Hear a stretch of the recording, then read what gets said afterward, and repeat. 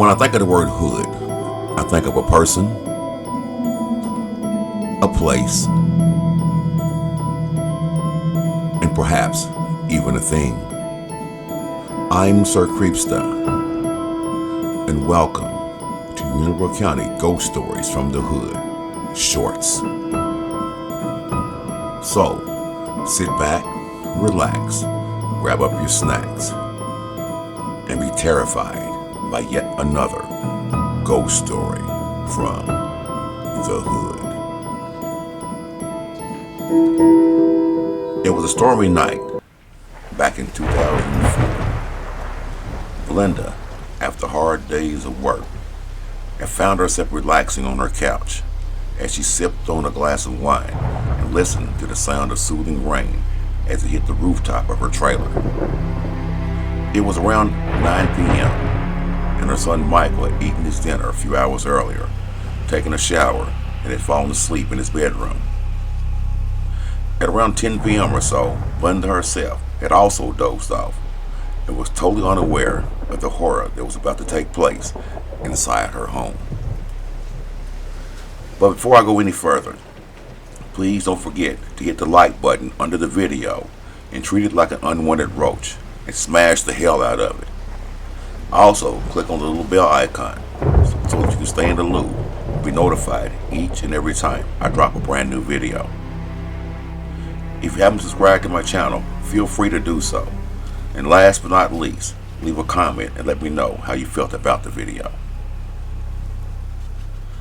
At around 1 p.m., Glenda was awakened from her sleep by the faint sound of dishes rattling in the kitchen. Fully aware that her son Michael, who was around 14 at the time, was in his room, sound asleep, Glenda proceeded to get up off the couch and find the source of the rattling sounds. But as soon as the rattling sound had started, it abruptly ended, leaving Glenda both frightened and confused and unable to make sense of what happened. Glenda shrugged it off as possibly just hearing things and went into her bedroom to go back to sleep, only to be awoken again a couple hours later by the sounds of pots and pans and silverware rattling in her kitchen. Glenda leapt off her bed, ran down the hallway, and ran into the kitchen. What she saw sent goose pimples up and down her entire body. Right before her eyes was a kitchen in total array. Every drawer and cabinet door in the kitchen had been flung wide open, and the silverware had been thrown and scattered all over the kitchen floor by some unseen entity. Not knowing how to process what had happened, Glenda's first reaction was to grab her child and get the hell up out of the house. But as she turned around to head back down the hallway, the floor of the trailer started to shake, causing Glenda to lose her balance and be thrown from side to side as she proceeded to make her way to her son's room. By now, Glenda was in total survival mode, with only one thing on her mind, and that was to get herself and her son out of the house as quickly as possible. To Glenda's surprise, Michael swung open the door to his bedroom and met her in the hallway, yelling at her to explain to him what was going on. Unable to give him an answer, she told him to throw on his shoes and go outside while she searched for her purse and car keys.